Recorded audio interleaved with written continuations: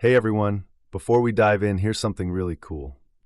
You're listening to an episode created almost entirely by AI. From the script to the voice, this is part of the AI Takeover series by Blockchain DXB, where we explore what's possible when humans hand over the mic to machines. There's little to no human involvement, and that's what makes this episode so powerful. Welcome to the future of content creation. Let's get into it. This episode is powered by Amana, the region's first and fastest growing regulated all-in-one trading and investing app. Whether you're looking to invest in US stocks like Apple or Tesla, or MENA giants like Adinoc or Salik, Amana puts the financial market at your fingertips. You also get access to gold, foreign exchange, ETFs, futures, and commodities. With over 375 assets to choose from, they've got the largest crypto selection in the region. And listen, guys, if you want to build long-term wealth without thinking about it every day and want to automate your investing, just set your monthly budget, choose your preferred categories, and let Amana do the rest. No fees, no lockups, and 100% customizable. Even better, funding your account is frictionless, and funding your account is easier than ever. You can fund your account with Apple Pay, Google Pay, credit cards, instant bank deposits, and even your crypto wallet. No friction, no hassle. And if you get stuck, Amana offers 24/6 real human customer support and personalized sales assistance. Because you're part of the Blockchain DXB community, you get an exclusive offer. Register with the code BlockchainDXB and make at least one trade to receive a $100 trading bonus credited to your account the following month. So what are you waiting for? Download the Amana app now. The link and code are in the show notes. Next up, Blockchain DXB is proud to be the official media partner for one of the biggest blockchain events of the year, the Blockchain Futurist Conference. For the first time ever, North America's leading crypto event is heading to the United States, taking place at the iconic Guitar Hotel at Hard Rock in Hollywood, Florida.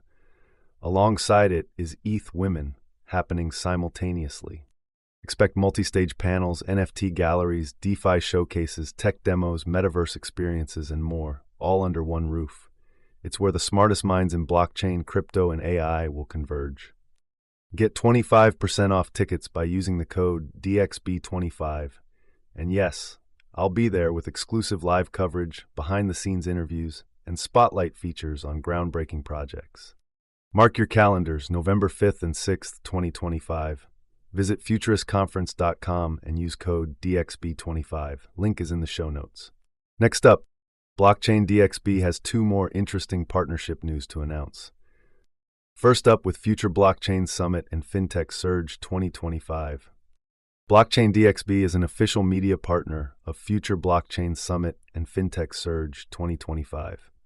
Future Blockchain Summit is one of the biggest and oldest blockchain summit taking place in Dubai, going back to almost a decade, 2017 to be precise. The event takes place between October 12th to 15th at Dubai Harbour. This is where blockchain meets fintech to redefine the future of finance. 250 plus world-class speakers, 1,200 plus investors, live demos, product launches, and the exclusive invite-only GITEX Digital Assets Forum, all under one roof. From Web3 pioneers to fintech leaders shaping payments, banking, insurtech, AI, and DeFi, this event brings the entire ecosystem together. Startups, this is your launchpad. Get in front of top VCs, accelerators, and industry leaders. For blockchain and fintech companies, this is where connections turn into partnerships and dreams turn into exits. Register today at futureblockchainsummit.com. Don't just watch the future unfold, own your space in it. Remember, Future Blockchain Summit and Fintech Surge 2025. The registration link is in the show notes below, and see you at Dubai Harbour. Second partnership news kicking off from today is with the leading Bitcoin event organizers on this planet. And this year, Bitcoin Asia is taking things to another level. Bitcoin Asia are hosting a massive gathering this August in Hong Kong, and Blockchain DXB is proud to be an official media partner of Bitcoin Asia 2025. Taking place this August in Hong Kong, Bitcoin Asia is the region's premier Bitcoin gathering, where builders, investors, and innovators meet. It's really an honor for Blockchain DXB to be associated with Bitcoin Asia.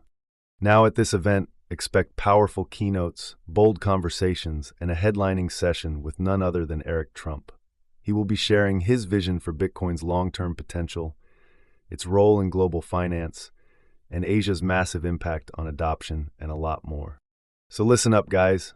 From infrastructure to regulation, privacy tools to lightning development, Bitcoin Asia connects global Bitcoin communities and drives innovation across cultures and markets. And as part of this partnership, you can register for the Bitcoin Asia using the code DXB. All the details are in the show notes below. If Bitcoin's in your blood, this is your event. So, register today at asia.btc and don't forget to use code DXB for 10% off your tickets. Bitcoin Asia 2025, Hong Kong is calling. Be part of the future of Bitcoin. Next up, Advanced Media is the largest distributor of professional video, photography, cinema, and broadcast accessories in the Middle East. They represent over 100 major brands, including DJI, Hasselblad, Red, and Rode. The mic I'm using to record this? Sponsored by Advanced Media. But what really sets them apart is their commitment to purpose. People, planet, and prosperity. That's not just branding, it's their actual business model. They've partnered with SAE Institute in Dubai to offer scholarships to students pursuing a bachelor's degree in filmmaking, each worth AED 50,000. They also run regular workshops, training programs, and tech showcases across the region. For more info, visit amt.t, that's amt.tv. Finally, let's talk about something every crypto investor should take seriously: security. And that's where Ledger comes in. Ledger is one of the most trusted names in crypto security. Their hardware wallets, like the Nano S Plus and Nano X, keep your assets safe by storing your private keys offline. That means you're protected against hacks, malware, and phishing attempts that can compromise online wallets. The company is headquartered in Paris and is constantly innovating. Their team works with world-class security researchers and regularly tests their own products for vulnerabilities. It's why Ledger wallets are used by millions around the world. Using a hardware wallet isn't just smart, it's essential. If you're serious about crypto, it's time to stop relying on centralized exchanges or browser wallets. Click the link in the show notes to order your Ledger wallet and support this podcast at the same time.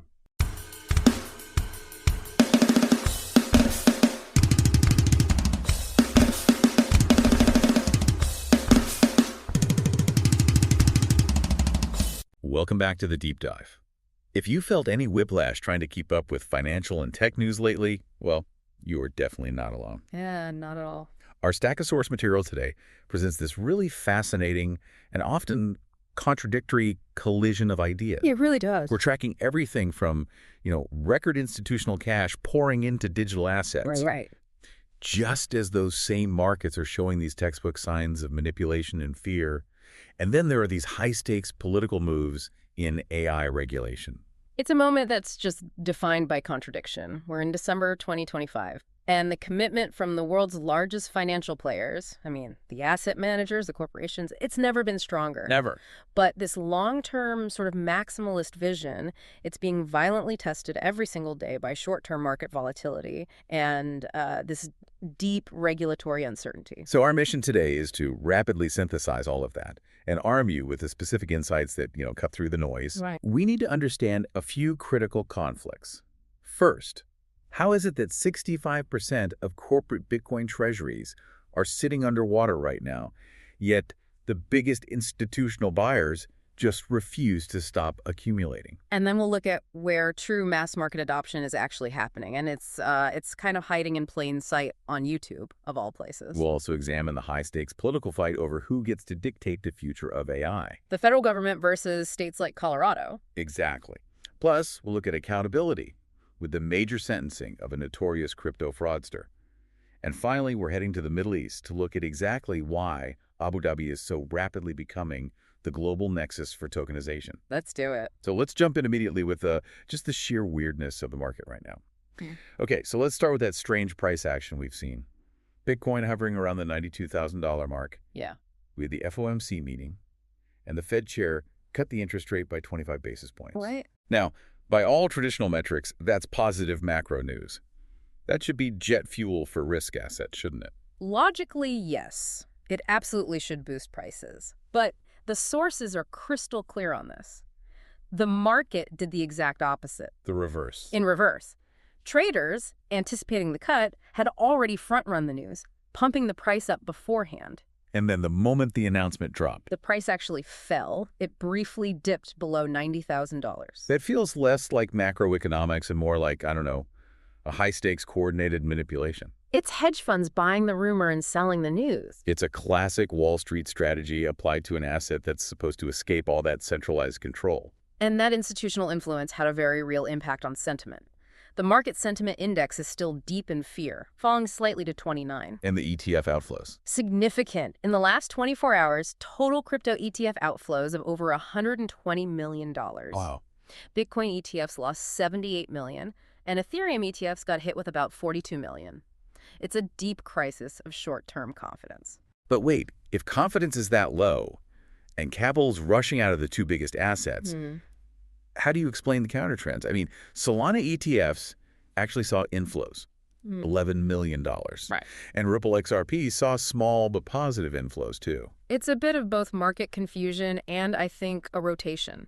People are looking for assets that might have more potential upside in the near term away from the blue chips. Okay, but here's the biggest paradox we have to wrestle with from that corporate adoption report. Yeah, this is the big one. The report revealed that 65% of corporate Bitcoin treasuries are currently sitting in unrealized losses. 65%. That is a staggering number for corporate risk exposure. I mean, especially after the price dipped below 90,000 from that huge October peak of 124K. If you're a CFO, that number must set off every alarm bell. You'd think so, but their justification is simply accumulation. They just keep buying. They just keep buying. Despite the short-term losses, corporate buying is steady. In November, gross additions were over 12,000 BTC. That's a net addition of almost 11,000 BTC, valued at close to $1 billion. And who's leading the charge on that? Oh, it's MicroStrategy, of course, accounting for 75% of the new buys. And then you have major funds like Strive, who bought over 1,500 BTC. They are completely unfazed. Because they're taking that long view, right? The Michael Saylor argument. Exactly. They see it through the lens of fixed supply, digital scarcity. Yeah. They are betting on the eventual, collapse or decline of fiat currency. They see this volatility as just a buying opportunity. But there is a huge potential catch here, and it ties right back into regulatory risk. Right. The source material noted that upcoming MSCI review, that's on January 15, 2026. And this could be a major problem. If crypto assets make up more than 50% of a company's total assets, they could get kicked out of the MSCI index. We're talking about 39 companies, including MicroStrategy. That's a fundamental challenge to their whole model. It's a signal to traditional institutional money that this exposure is just too risky.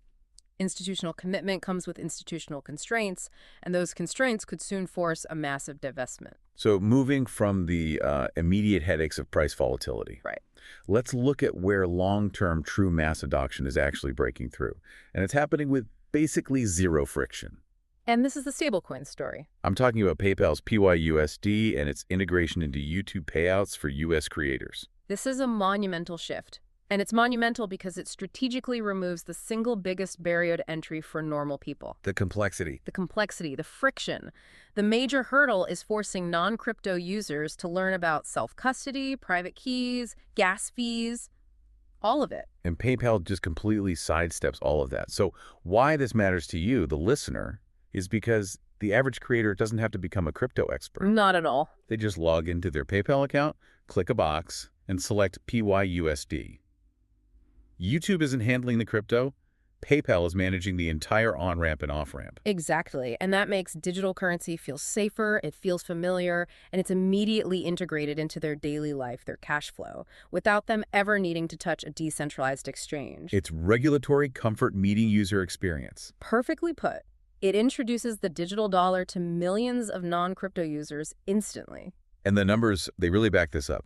PYUSD has seen its market cap grow 8x since launch. 8 times. It jumped from about $500 million to nearly $4 billion today. That aggressive growth shows that institutional backing, paired with this frictionless integration, is the fastest path to the mainstream. It really proves that the future of digital currency, for most people, might not be some chaotic, decentralized ideal. Right. It might be highly centralized, regulated, and seamless integration into the tech giants we already use. It's the institutional takeover of the user experience. Okay, now let's jump from digital money to digital minds. The battle over AI regulation. Huge topic. We've seen President Donald Trump sign an executive order ensuring a national policy framework for artificial intelligence. And the goal is explicitly clear. Maintaining U.S. leadership. And crucially preventing a patchwork of conflicting state laws. This is that classic American tension, right? Federal control versus state autonomy. But now it's being applied to this incredibly powerful, cutting-edge technology. So the federal government, through this order, is signaling it will actively challenge state AI laws that it believes hinder innovation or, and this is their term, mandate biased outputs. And they're suggesting these state mandates could even violate constitutional protections. They're specifically flagging Colorado's algorithmic discrimination law as the immediate test case. So what's the core philosophical concern with that law? The federal government's argument is that Colorado's law, in its attempt to prevent algorithms from treating certain groups differently, could actually force AI models to produce results that are, well, inaccurate. False, even. Or false, exactly. To achieve a mandated equity goal. The federal view is that AI systems should be objective, that they should be focused on truth and innovation above all else. So the conflict is really fundamental. It's a debate over whether the main goal of AI policy should be enforced fairness, even if that means compromising on factual output, or whether the goal should be unfettered accuracy and uniform national standards to keep the U.S. dominant. It's a deep constitutional challenge masquerading as a tech policy debate. And the administration is not waiting around. They're creating an AI litigation task force within the White House. Right. This allows the Justice Department to preemptively and actively challenge these state measures in court. The struggle for control over AI ethics is no longer theoretical. It's a live legal battle. All right, let's pivot now to accountability in the space. And this brings us to a critical update on the Terraform Labs founder, Do Kwon. After years of legal maneuvering, The fate of the man responsible for one of the largest collapses in crypto history is sealed. the sentencing is now concrete. Do Kwon has been sentenced to 15 years in prison for serious fraud related to the collapse of Terra Luna. Which, we should remember, just vaporized over $40 billion in investor value. Practically overnight. An incredible sum. And 15 years is a monumental sentence that reflects the scale of the crime. But what really struck me in the source material was the commentary from the judge. Oh, absolutely. The U.S. District Judge, Paul Gilmer, he compared Do Kwon's behavior directly to that of a cult leader. A cult leader? He suggested that many of his followers were acting like cult members in their devotion and their blind belief in the project's, completely unsustainable mechanics. That analogy just perfectly captures the extreme psychological part of these massive asset bubbles. It wasn't just a financial tool, it was a movement. It was. Makes that anecdote about Mike Novogratz CEO of Galaxy, yeah. having a lunatic tattoo on his hand, referencing Luna, it makes it almost tragically symbolic of that devotion. It's a profound reflection of the industry's immaturity at the time. It shows that even the most sophisticated institutional advocates got swept up in this powerful psychological wave. And while accountability has been achieved, the whole episode just underscores how easily speculation can morph into something cult-like. Which only invites stricter oversight in the long run. And more centralized control. So, moving from the painful lessons of the past to the aggressive institutional build-out of the future, let's head across the globe. To the Middle East. To Abu Dhabi. It's rapidly becoming the global strategic hub for fintech, AI, and critically financial tokenization. This shift is very deliberate. The Abu Dhabi Global Market, the ADGM, has built one of the world's most robust and, more importantly, clear regulatory frameworks for digital assets. Prioritizing institutional comfort. Exactly. And the major players are noticing, we just talked about Mike Novogratz, his company, Galaxy Digital, is setting up an office there. But the real action is the institutional firepower being deployed. We saw this massive memorandum of understanding signed during Abu Dhabi Finance Week. Between BlackRock, Fenrir Street, and the ADIA Foundation. This isn't just about setting up a small office. This is a plan to restructure global finance. The core goal is building out tokenized financial markets. It's about accelerating global blockchain adoption in the financial system. ADI Foundation brings the infrastructure and their AI chain tech, BlackRock provides the global asset management scale. And Fenrir Street. They handle the crucial regulatory piece, the infrastructure for custody and trading. They are positioning themselves to capitalize on this next huge wave. And the economic justification for this focus is already massive. I mean, the numbers for real-world assets, or RWA, are astonishing. They really are. The market cap proves this isn't just exploratory anymore. The leading RWA asset figure is sitting at over $14.5 billion. Wow. Chainlink is at nearly $10 billion, Stellar at almost $8 billion. Even tokenized gold assets are already valued at over $2 billion. Those figures are the economic rationale for BlackRock's big move into the Gulf. It shows that capital is already structuring itself for a digitized future. This institutional alliance in Abu Dhabi is a definitive bet. It's a bet that tokenization and stablecoins, the very things scaling rapidly via PayPal, will be the dominant financial narratives of 2026. The world's financial architecture is being rebuilt. And the centralized giants are leading the construction. We've covered a tremendous amount of ground today, synthesizing a truly chaotic flow of information. We really have. We saw that corporate risk paradox, where 65% of treasuries are in the red, yet institutional giants just keep accumulating. We tracked the frictionless path to stablecoin adoption through that YouTube and PayPal integration. It showed institutional comfort is the key to mass market reach. We discussed the high-stakes federal challenge to state AI policies, and we saw a major crypto founder sentenced to 15 years, with a judge calling him a cult leader. And finally, we highlighted the rapid ascent of Abu Dhabi as a global tokenization hub, thanks to these huge institutional alliances between BlackRock and the ADIA Foundation. Understanding the specifics, the 65% loss figure, the $4 billion stablecoin market cap, the 15-year sentence. That gives you the context you need to navigate this whole ecosystem. This entire deep dive has really hinged on the tension between the ideal of decentralization and the reality of overwhelming institutional influence and centralized control. Which brings us back full circle to where we started. Exactly. Our source material clearly established that the price of Bitcoin was artificially pumped before the positive FOMC news, and then immediately dumped by major traders after the news broke. Suggesting precise, coordinated activity by centralized entities. So here is the provocative thought for you to carry forward.